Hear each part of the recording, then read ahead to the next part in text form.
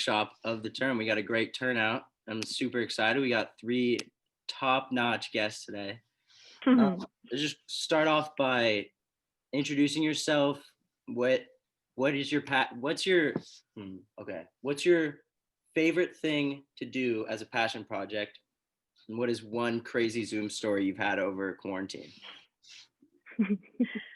That's a good question. An excellent question. Good question. Sam, do you want to go first? Sure. I'm Sam or Samantha. I am the recruiting and HR coordinator at Chiat. I've been with Chiat for about a year and a half now, and I've just really started moving into more of an HR and recruiting focused role. So I'm super excited about that. My favorite passion project right now is binge reading psychological thrillers on my iPad. I've been doing that a lot, trying to keep some sanity in the midst of all the many Zoom meetings we have every day. And then lastly, what was the question, remind me? Crazy Zoom story. The other day, we were on a pretty large company call, like 50 people, and I forgot to mute myself, and I was opening a protein bar, and I was very loudly opening it, like very loudly crinkling it. And then I injured myself, and I was like, ow. And then I realized that everyone could hear me and thought I was eating candy and like pointed it out. And I just had to like unmute myself and be like, so sorry, that was me. Ignore me. And then muted myself. Just like you had to be there moment, but Lindsay thought it was hilarious. It was pretty funny because people were like, what's she eating? A candy bar? Like everyone was like trying to make a guess as to what it was. And I was texting her on the side, like, you're not muted. Well, I'll go next. So I'm Lindsay. I'm a senior recruiter for Chiat Day LA, but I also help out with Be Grizzly, which is I don't know if anyone's heard of Be Grizzly, but it's a production studio that sits under kind of the TBWA Omnicom umbrella and services a lot of us at Chiat Day, as well as Media Arts Lab. So on that side, it's a lot of editors and UX, UI designers, post-producers, but most of my work is focused on Chiat. And I recruit across the board. So creative, accounts, production, PM, social, I feel like I'm strategy, all the things. And one of the recent passion projects is that I'm joining Toastmasters. Has anyone heard of Toastmasters? Some people have, some people haven't. Okay, it's pretty nerdy and cheesy, but it basically is a way to learn how to public speak with, and there's chapters all over the world that you can join, and there's a bunch in different cities. So I'm in a group called Funny Bones, and I'm learning how to kind of lead meetings and speak properly, since I'm someone who says a lot of ahs and ums and buts and whatnot. So kind of a cheesy passion project, but I'm doing that. And then the most embarrassing Zoom situation, I don't know. I mean, I think my dog, I don't even know if you can see my dog. She makes an appearance quite a bit. So I think sometimes I'll notice people aren't paying attention to me, and then they'll say something about the dog. And then I'm like, okay, that's fine. You can interrupt because she's pretty cute. So that's me. All right, thank you. Megan? Also, I'm an Oregon alum, just so you know. So go Ducks. Nice to meet everybody. Megan Diamond. I'm Director of Creative Operations at TBWA Chiat Day LA. In my role, I oversee and I manage the creative department that includes design and makers and some other things that fall under creative. I also recruit and lead the recruitment for creative and talent management and staffing and all the operations for that group, and the happiness, the overall happiness for that department. And my, let's see, passion project, well, I'm having a baby in 2 weeks, so I've been getting ready for that. I've been really just creating a registry and getting all the things together, getting the nursery. So those things are passion projects for sure that I've been doing recently. It's been fun. It's always fun to kind of pick out baby clothes and a new room and all those fun new things. So I would say that's the recent thing. And then for embarrassing like Zoom moment, I want to say another passion project too that Lindsay and I have both been doing is this group called AIR. So that's been like amazing, and it's like a side hustle organization that we're both founding members of, and it's related to the work we do in our industry, but it's completely separate. It's pro bono, if you will, and just building that out and to help our industry has been really fun, and I'll put all the time in the world into it, no matter what I get paid. So Lindsay and I have both been doing that. So that's another passion thing recently. And then a Zoom moment last week was pretty bad. I was on, and I never do this, and I guess we can talk about this too in the context of this today's meeting. I was on a call with like our CCO or our president, and I was sharing my screen, and thought I was only sharing a presentation, and it was up for a while, and then they kind of really sidetracked, and they were talking about something that like I just stopped paying attention to because I didn't really think I needed to. And I was emailing and stuff, and like they saw my whole everything that I was doing, and I didn't think they were looking. It was only for a matter of 3 minutes, but one of them texted me. He's like, they're like, I don't want to make anyone think that you're not paying attention. So just wanted to let you know. And I didn't see it till like a long time later. So that's, yeah, it was embarrassing, but all good. They didn't say anything bad. Or, I mean, I probably wrote 1 or 2 emails. So it wasn't anything crazy, but be careful. Oh, thank Rookie you. move, Meg. I know. I definitely get that too. So just kind of to get started on more like a broad question for everyone is, what do you all think is the most exciting change in the ad world to come out of quarantine in this year?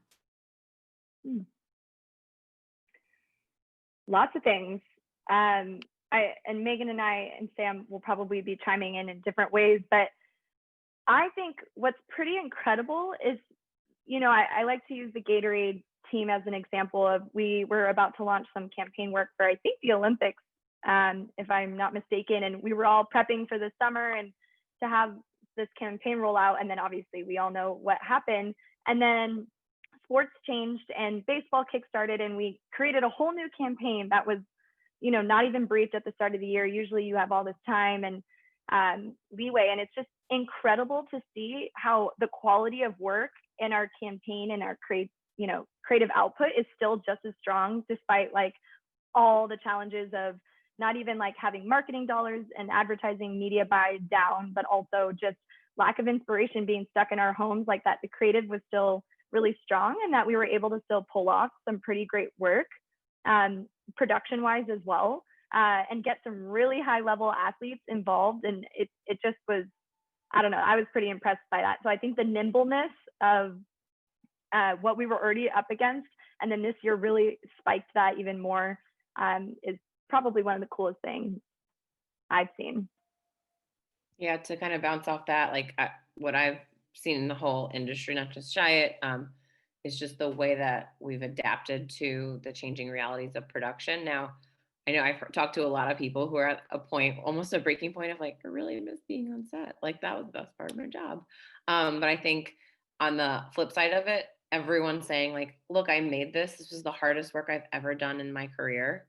And I feel like most rewarded for it. So I think there's so much, everyone's learning so much right now through that process, and having to be a little more nimble and scrappy. And I think the good thing for like this group is you have that right now. Like you're in school, you don't have these budgets, like you don't have as many resources. So I think like the way that you're already used to thinking may be an advantage for you in the world we live in now. And I second everything that Lindsay and Megan said. Nothing to add. All right. Building off of that, I just so everyone's always stuck at home, it's quarantine, but like what is one thing that we can do just on your own at home that can help you get a job or reach out to a recruiter that people often overlook that you don't really think about? Wait, did I phrase that right? I think you shouldn't necessarily do anything. I think you should always do this. It's always, it's not just right these times, but it's really about starting relationships, whether you see jobs or not available. And just like really understanding the landscape of the different people and players that you want to work with. So identify a couple of key places that you think that align with what you're looking for, and people who you want to work for or be one day, be like one day. And then understand who the people in talent roles are, especially at those places, and make sure they know who you are. And make sure that, again, in that, it could be something where, you know, your digital presence is strong and you're attending things like this and other events that are for larger groups. And just like, yeah, there's so much great information out there right now. Well, that's where you're going to find some really inspirational people that you may want to work with one day. So attend a lot of the events that would cost a ton of money and travel to get to are now available to you. So I think use that to kind of build your base in learning what this industry and landscape looks like. And jumping off of what Megan said about just educating yourself, something that Lindsay and Megan have really drilled into my head when I started this role, and then I've heard them say it a bunch as we continue a lot of these informational calls, is really be a nerd for the industry. Like, obviously, with these scrappy productions and a lot of the campaigns are changing from when they were seen in January 2020 versus now. Still stay updated on ad week, ad age, track all those lists and track all of the work that's coming out. So when you do reach out to certain agencies and people within those agencies, feel free to like bring up something that you did some research on. Like, I saw that Gatorade ad and I did that extra legwork to make that little reach out on LinkedIn a little more personal, a little more genuine. And obviously, Coffee at a Distance, I've talked to a handful of people through it, and it's a really, really cool program. It is a little overwhelming. There's a lot of people that reach out. So I think be patient and understand that we see the messages and we want to get to them, but you know, it might not happen immediately. But just coming into those calls super prepared and having really like thought-provoking and interesting questions alongside that, being a nerd for the industry kind of research you've done on the other side is something that makes you stand out, I think, on the recruiter's end as well. That's also fantastic. Is that kind of on the same wavelength of that when it comes to reaching out to different people? Are there any tips and tricks you have for all of us or things we can do to stand out in that stream of LinkedIn messages? I think that oftentimes students and recent grads will get so wrapped up in trying to, especially creatives who might be copywriters or art directors, but like wanting to sound, you know, you kind of want to hook or you want to do something, you know, that makes you stand out, but don't put too much pressure on it. To be honest, like you just want to be your authentic self, which sure, saying a LinkedIn a message saying like, you know, a few sentences, how do you do that? But you don't have to try and be something, you know, super unique. Just speak to us as if you were in person. Like, hey, I saw that you were an alumni and that you're a recruiter over at Chiat Day. I'm a huge fan. Would love to connect. You know, keep it simple and easy as if you're talking. Now, if you are a writer though, and you have a funny, you know, humor, like add that in there, but make sure it's just natural and that you're being yourself. Is what I would say. Yeah, and if you have somebody's email, like if it's available to you, in my opinion, I'll get to you faster if it's in my inbox than if it's on my LinkedIn. And I think a good place for us to be looking for, especially creative talent and people in the content space, is other social channels, not just LinkedIn, not just via email. And there's some talent that I'm like, wait, who is this person? I'll see their work because they're following on like Instagram or a YouTube channel, and just having that, like going back to having that digital presence and like having the right audience there too, like which would be recruiters or people who would hire you one day, or that you want to work for. So yeah, and I think, yeah, I really, I like when people take the backdoor approach anyway. I like when people are too protected about the way, like, oh, should I not, you know, should I go on LinkedIn? Should I take it step by step? Just like make it like you're actually going to have a human, like you would, like if you saw me at a park or in the bar or whatever, like come up to me and say, oh, hi, like, or at a mixer, like if, you know, you work at Chiat. I am a producer and I'm really interested in knowing more about Chiat. Like, what would you say to me if you saw me in person and you had the opportunity and I was standing there available, ready for a conversation? So make it as close to that approach as possible.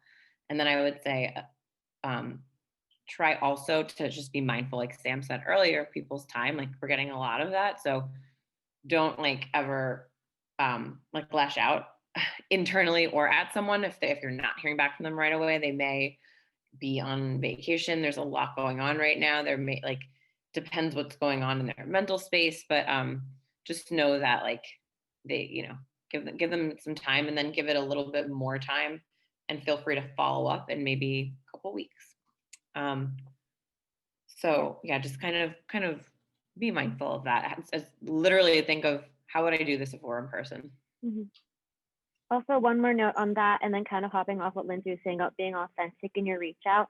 You don't need to follow like a timeline of like, all right, it's been exactly 30 days since I last reached out. Time to hit them up again and let them know. Like your reach out should be authentic, and if you want to show some new work you've done or something that you want to update a recruiter on, but no need to do like the exact same follow up at a very precise timeline because it's not necessary.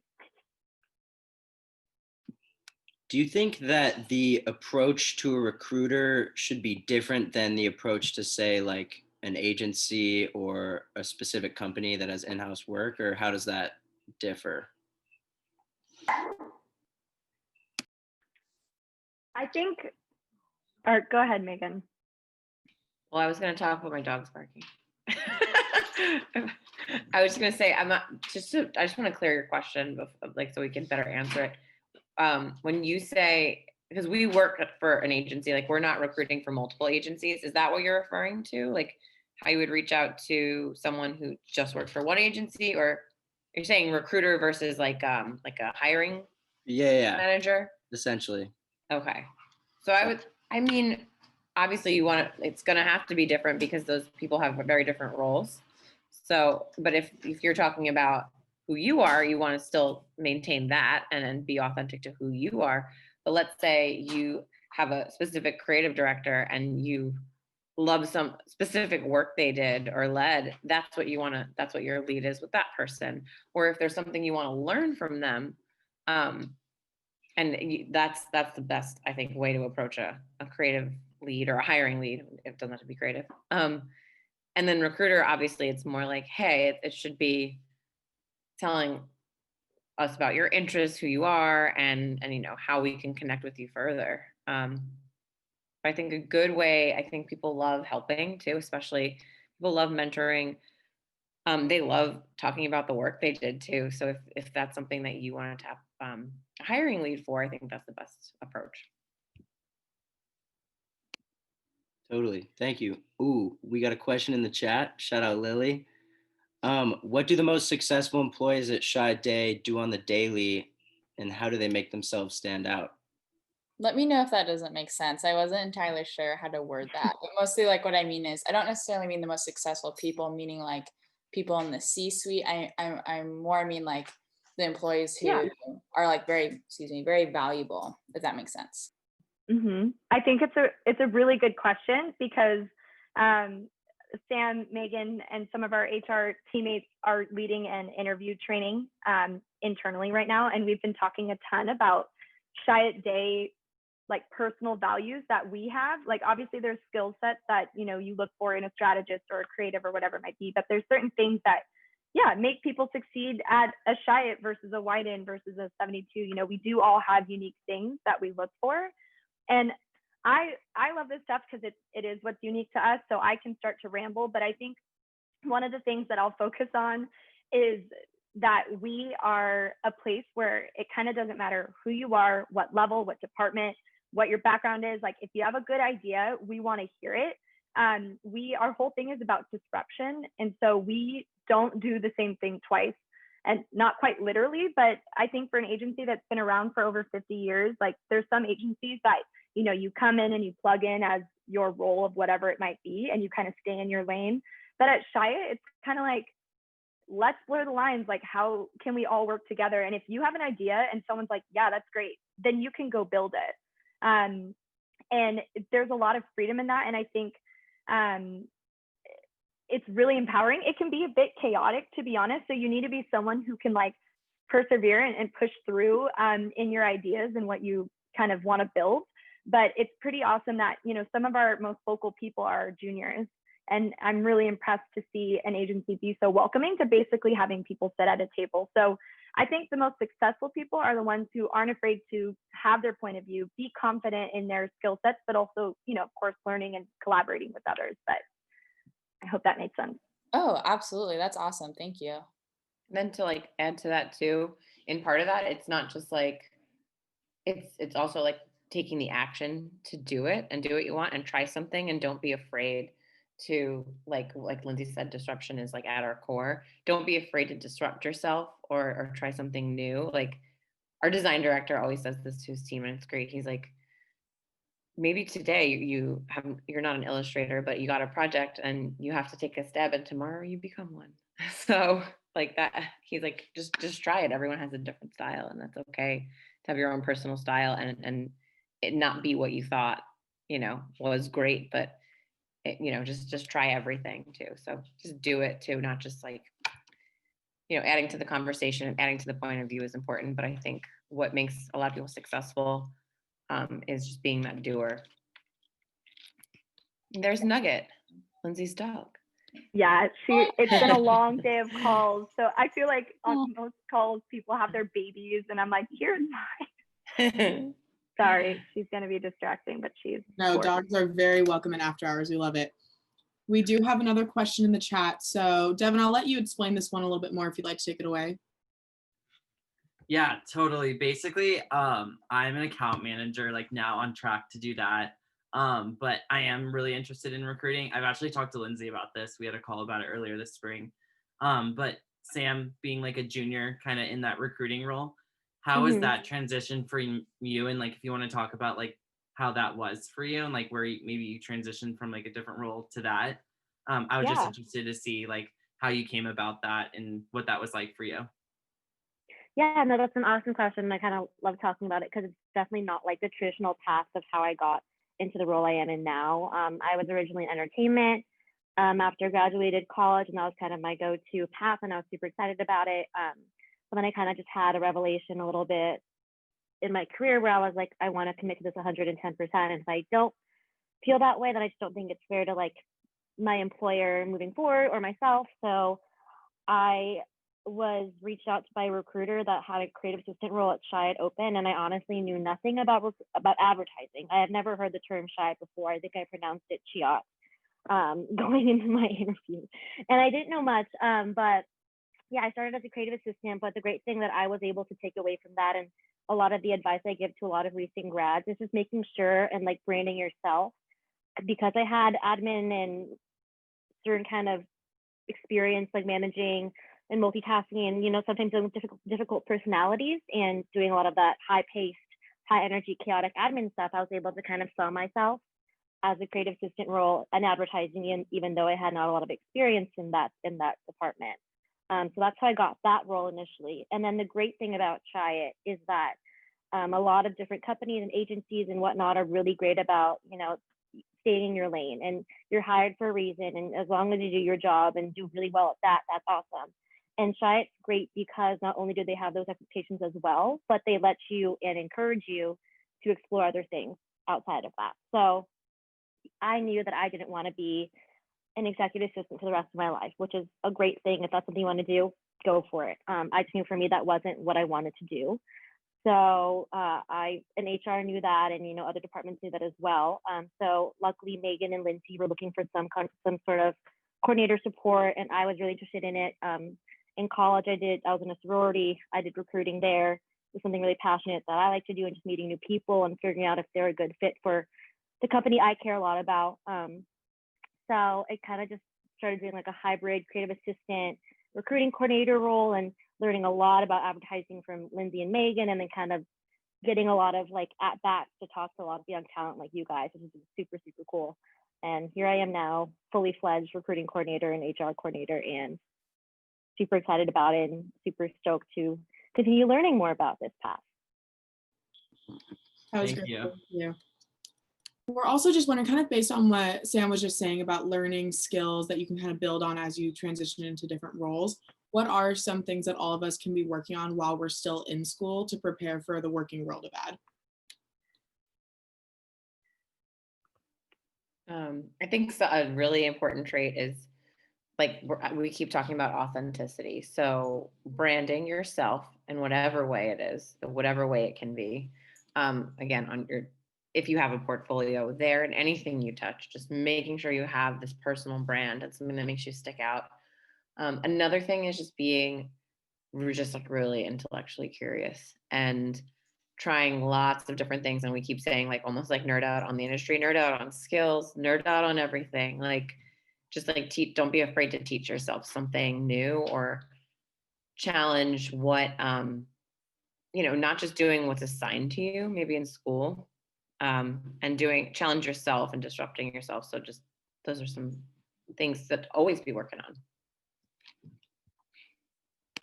I also think that like with time and experience, you'll get in the flow of an agency and what it's like.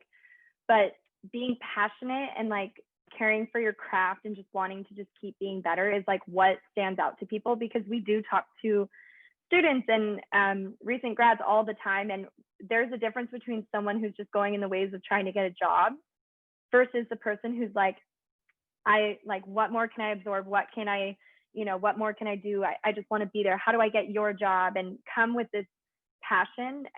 It just shows potential, and that you're willing to be a sponge in the industry, and that you'd come in and you'd like be like taking direction and would, bring a good attitude as well.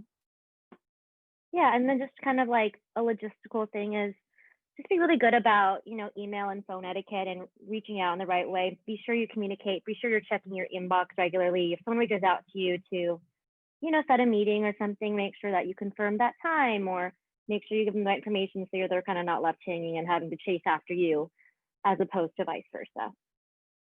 And like test out your technology and stuff like that. Don't email, don't share your full screen. I will. Yeah, which reminds me, actually, Megan and Sam, reminds me of portfolio mornings. Like when you do outreach, we live in a technology world of like kind of easy chat, but like still be professional, still, have salutations and like say hi, address the person. Sam and I had an intern candidate one time say, "Oh, sorry, I was napping." And cool, we were all in college, like we napped. I love napping still, but like don't say that to the recruiter as to why you missed your call. And also, if you have applied to a role, or if you did outreach to somebody, make sure you're following up in 24 hours. I know recruiters don't always get back. I know you don't always get, the same type of treatment back. We hope that we treat our candidates differently, but if you have an interview with someone, no matter how low level they are or high level, just make sure you're professional, and that you're still showing them reasons why like you should be there. You'd be very surprised at the lack of professionalism that there is out there.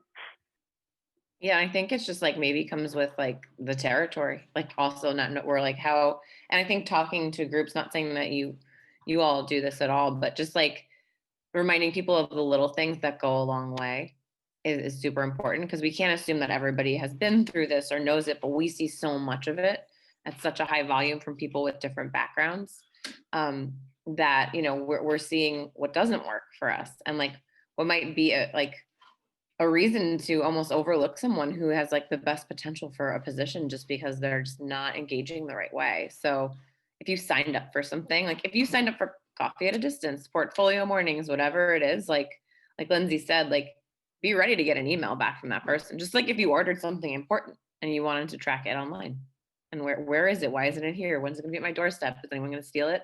So treat it like that in a way. And then do everything, and also treat it like, I'm gonna go to an interview at the state, like in person. Like I keep going back to that. Just pretend that it's in person if you can.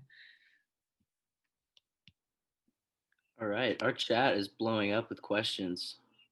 Pamela, you here? You wanna take it away? Yeah, sure. So this is more of a specific question. I'm looking at pursuing account and brand management. And I'm just really curious about portfolios and the content that you're looking for on those portfolios, if we should even have them. Just what are you looking for those type of positions? Yeah, good question. It's interesting because I see a lot more schools having people in non-creative or production roles having portfolios and strategists. But I would say out of all of the departments, account management, it is not required. And honestly, it might not make or break it. for you. Like it's so not necessary. Now granted, of course it's nice to like get to see a little bit beyond your resume and get to see maybe some brands that you've worked on or school projects, but it's one of those things where I found that often account management candidates are spending too much time on a portfolio that really they don't have to have. So if you have one, great. Just make sure that if you have one that you're putting in something that shows a little bit more of who you are, but I'm not evaluating on your work because you're kind of the liaison between all of it, right? Of course, we want you to be a strong, written communicator, but we're not judging your writing as much as we would a copywriter or even a strategist. So I hate to say like, don't have a portfolio because I'm sure Deb makes everybody have one. I'm sure it's probably the thing about it, but I wouldn't worry about including it in reaching out and maintaining it, especially once your career kickstarts. That's great to know. Thank you. Ben, do you want to go ahead and ask your question next? Yeah, I'd be happy to. So trying to think as a college senior right now, and how quarantine has kind of humbled us in a bunch of new ways and created kind of this giant equalizer among, big jobs, little jobs, and just as people. And it still feels like the world is still stacked against like recent college grads and like people coming out of college recently. Maybe it's just like a mental hurdle of being 21, 22 and being like the world's so big. But I was wondering if you guys remember a time on your way in or in the industry where someone gave you like a piece of information or like a blessed little reassurance about what you were doing and made you feel like you were in the right place or that opened a new opportunity for you.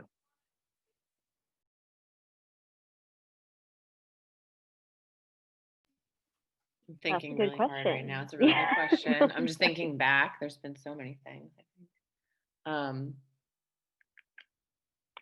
Let's see. As someone that is a relatively recent grad, I graduated 3 years ago, and I kind of jumped into a job really quickly after graduation. So I was super lucky and thankful and blessed that I had that opportunity.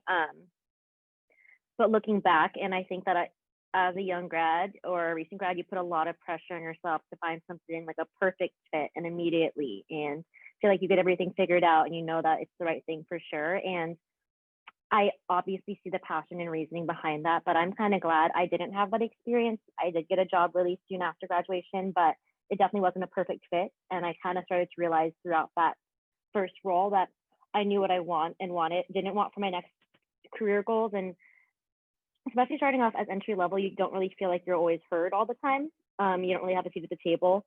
And this might just be Chiat specific or just where I was at my career at some point. But when I started at Chiat and I finally was like, oh my God, people value my opinion and I'm not just being ignored and it just, thrown off to the side. I think that's when I started to have that little like glimmer of hope that feeling that it was the right fit. But I don't think I don't know if this answers your question, but I wouldn't put too much pressure on, finding that perfect moment, maybe in your first career, especially with the pandemic and everything going on. That did answer. Thank you. Yeah, and like if you can't, like I've been there where there was a time like when after I graduated, I took a role that was like at a marketing, like it was client side, not agency side, and then there was like a big change in the company and I was laid off. And this was my first job ever. And I had just got my first apartment and all this stuff in life. And it took me a while. Like I applied to a ton of jobs after that. And I was just like, I would say that like I just didn't give up. And that was an important thing that I was told, like, don't stop. Like, and don't, and like if something you're like, well, it's just not working. If you're like, okay, well, something's not working, you have to change it. Like do something different. If you apply to like 100 jobs and you still don't have one, you're doing something wrong, right? And you have to dig deep and figure out what that is and ask for help. Like there's a lot of resources too. It could be like the way one bullet point is on your resume.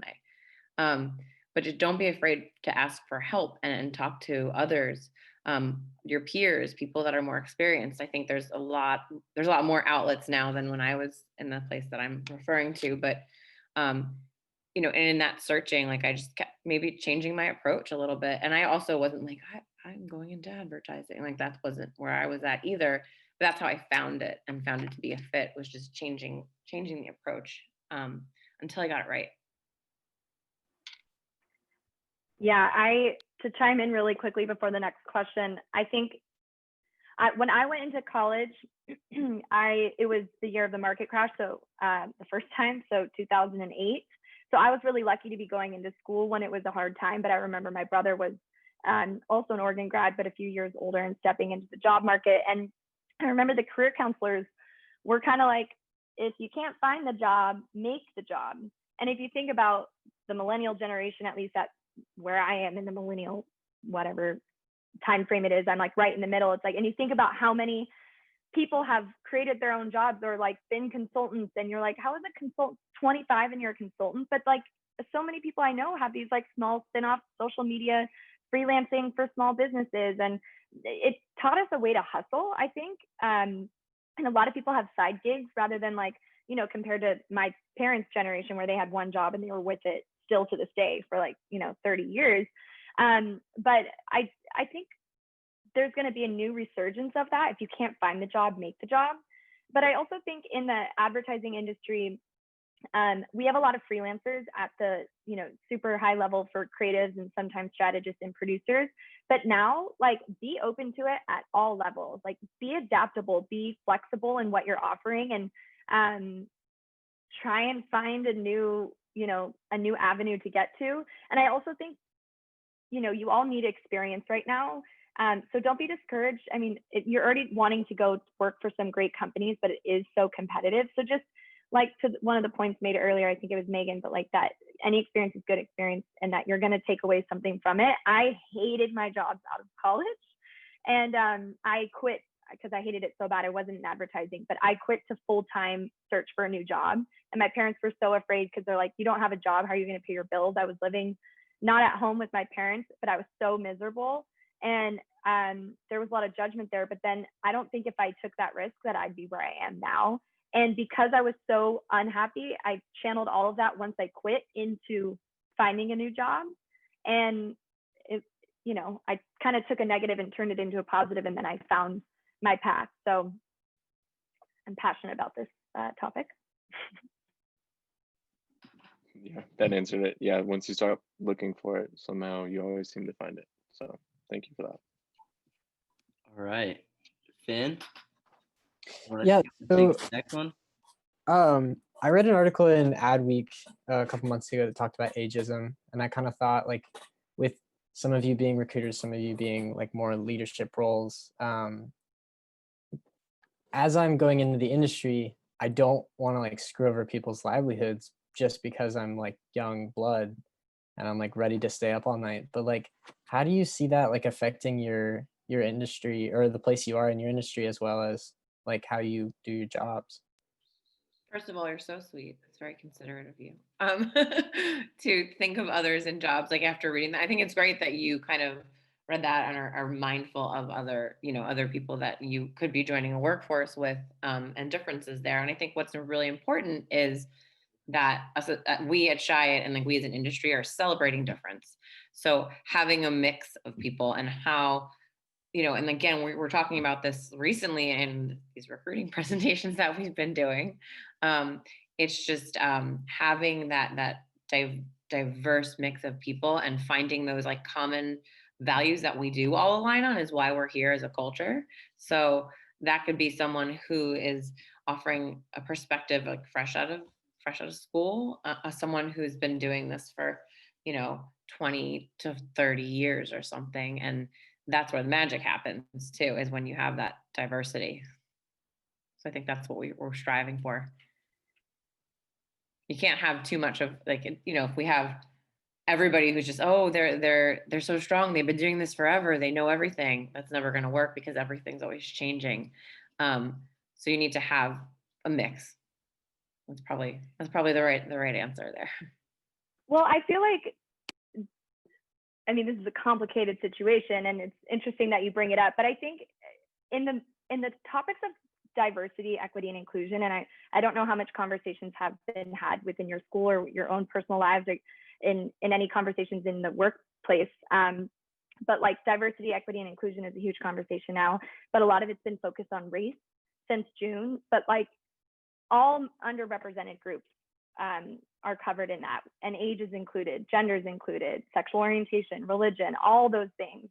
And so, yeah, it's just important. I forget what the initial question is, but I think it's just important to know that when a lot of agencies are speaking about diversity, we also have, age is a thing, especially some agencies you walk into and it is like, I feel old and I'm, not even that, I'm going to shut up now, but it's just like, it's a problem in the industry for sure, but it's interesting, a topic when we talk about diversity in all aspects.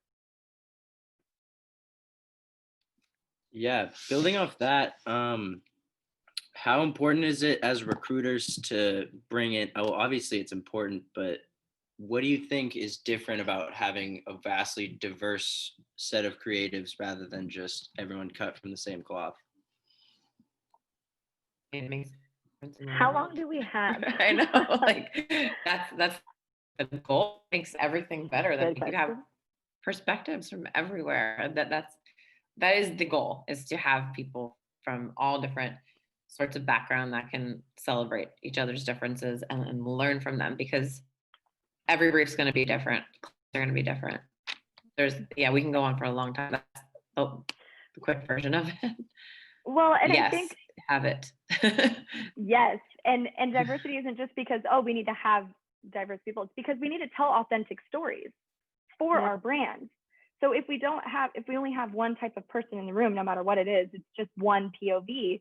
And I think, there's so much into it, but you just have to make sure that you understand the why, what diversity brings, and it's telling, true stories. And every year there's an ad that comes out. If you all remember Pepsi and the Kylie Jenner or Kendall Jenner, I never remember which one it is, but it was so tone deaf when. Thank you. But every year there's always an ad that comes out, and they're like, how did this pass all the chain of commands that go through it? And it's like, well, let's look at the panel of people that it went through on the client side and the agency side. So it is very important. I just had a quick question kind of bumping off of that. As women, I know we all suffer a little bit of imposter syndrome. And I was just wondering how, especially in your early careers, you overcame that and were able to kind of move up in the world without the fear that because you're a woman, you're being looked at differently. I mean, it happens all the time, no matter where you're at in your career, I think, right? You're always going to face that.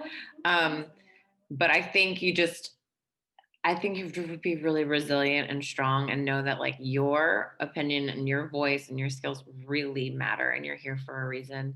No matter who you are, what your background is, gender, anything. So I think if you remember that and just say I'm adding value, I'm adding, what I'm here to add, and do just that.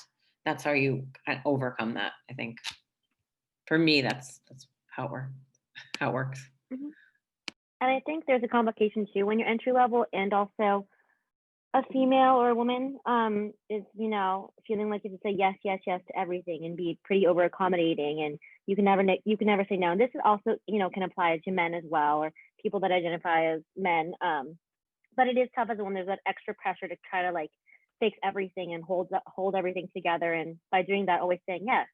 And then you feel like you can't draw those boundaries for yourself as a person and as an employee. So I think as you start to kind of figure out your identity in the workplace more so, you are better. And Megan and Lindsay have been so great at, encouraging me to say no and draw my boundaries when I need to, and know what is okay to say no to. And then on top of that, I think there's also a more complicated conversation about how is my worth valued in the workplace in regards to when you negotiate salaries and promotions. And as a woman, I didn't feel comfortable. I didn't know where to even begin with a lot of that. And I didn't feel comfortable. Whereas I feel like I'll talk to my brother and he's like, oh yeah, just ask for it. And I'm like, it doesn't feel like that. So just being aware of that and, being able to draw those boundaries when you feel they're appropriate is really important to keep in mind, especially as an entry-level employee, for sure.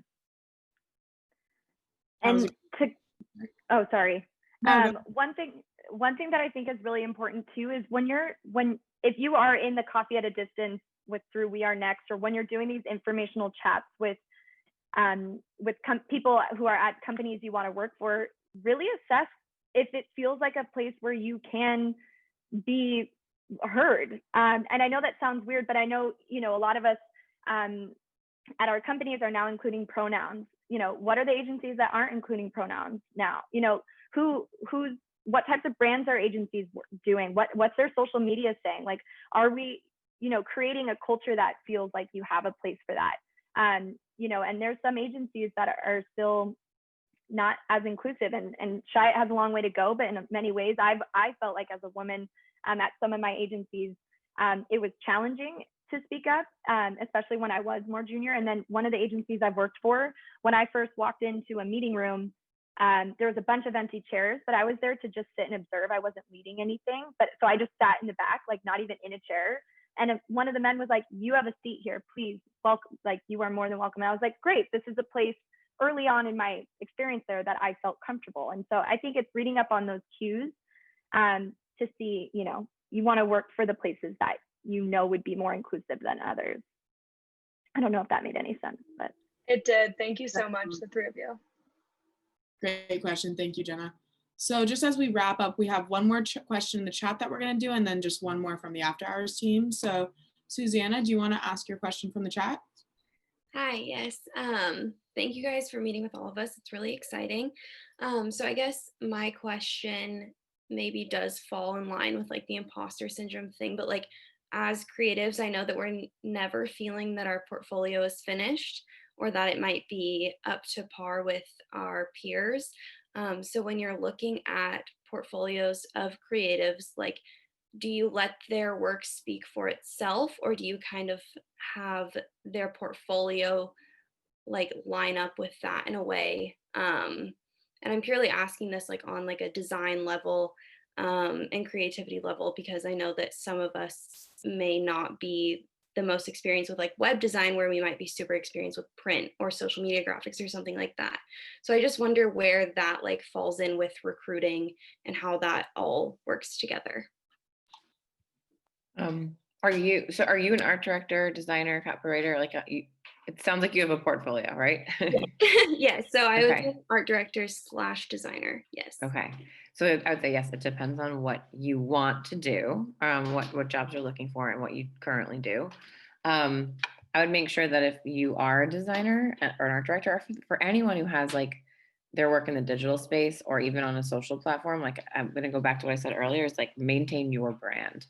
So even if you are not savvy at UX design and the way and the layout, like do what you can and make sure that it's like true to your brand and your style. And then if you're not ready, like maybe show it in a different way that you are ready to show. Maybe show it in a blog format instead for now. If you're like, wait, I can't set this up yet, it's not there.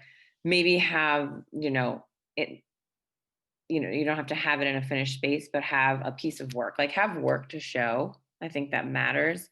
And there's programs too that we're open. We know how people need the experience and they have maybe one thing to show for it, but that one thing or those few things or whatever they're representing has that glimmer of hope. And we know that they just need, growth, and we'll teach them. So I think that didn't necessarily answer your question. I think definitely if you are an art director or a designer, I think craft is really important. So that's really working on the details. And I think that should be part of what you are focused on and working on right now in trying to get a job, because a lot of times you're not going to get to talk to somebody, explain anything to them. They're going to look at your portfolio first.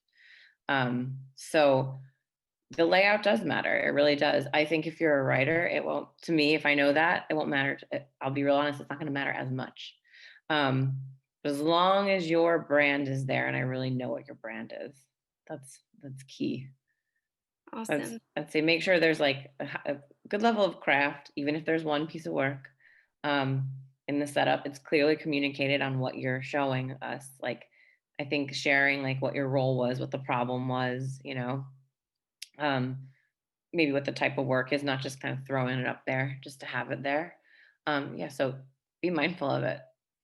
Awesome. Yeah, definitely. That's definitely the answer that I was looking for, and just like knowing that your level of achievement through your work can be translated through a portfolio that might not be the flashiest that's sent with the links, but I definitely understand what you're saying, and I really appreciate your time answering my question. So thank you. Of course. Well, just to wrap up for everyone, then we would just love any advice that from each of you three for all of us being in our early 20s. Doesn't even have to be professional, but just something you wish someone had said to you, no matter what it is, just that we can all kind of hear that and move forward.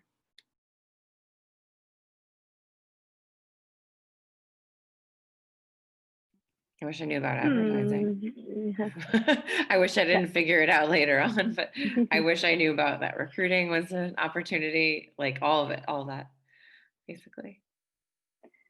That's not a very profound answer, but no, that's hard because there's so many things, because even throughout your career, you like learn, what I wish I knew when I was 24 versus when I was 21 versus even now. But I think patience is what I wish I told myself. I think there's something instilled in, I think part of what I was saying about how if you can't find the job, make the job. And now, every time I meet with more and more students, they have like these crazy titles and they're super junior and they just want to rise to the top. They just want to be CCOs already. And like, be patient. Like back in the day, you had to be a junior for like 5 years.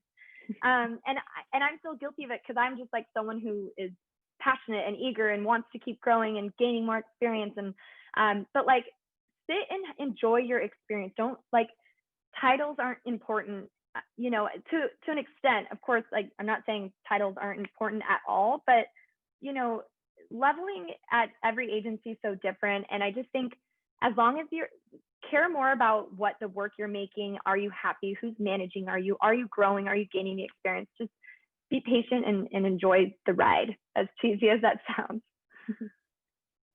Yeah, kind of writing off that, I think that I mentioned that I kind of like really quickly after graduation hopped into a job, moved to LA, got started, and I didn't really have a second to think and like pause and reflect, and that's kind of why it led to, I mean, thankfully kind of my career change. But I think that obviously I wouldn't wish a pandemic on anyone or anything, but this negative of a pandemic and how terrible it is giving you guys this option to pause and reflect. And it kind of feels like especially when you start like your senior year and you're going into post grad, like it feels like you're on a roller coaster and you really want to just get on it and like go to your next stop. And once you get on it, it's kind of hard to get off of it. So I think that as unfortunate and terrible as the situation is, like, take that second. And I wish I had, if you have, the resources to do so, take that second, pause, and make sure, like, it will just make you happy. Just because you majored in it doesn't mean you have to make it a full-time career for the rest of your life. It could be a passion for you, but be sure to take that, but just reflect and think about what's best for you.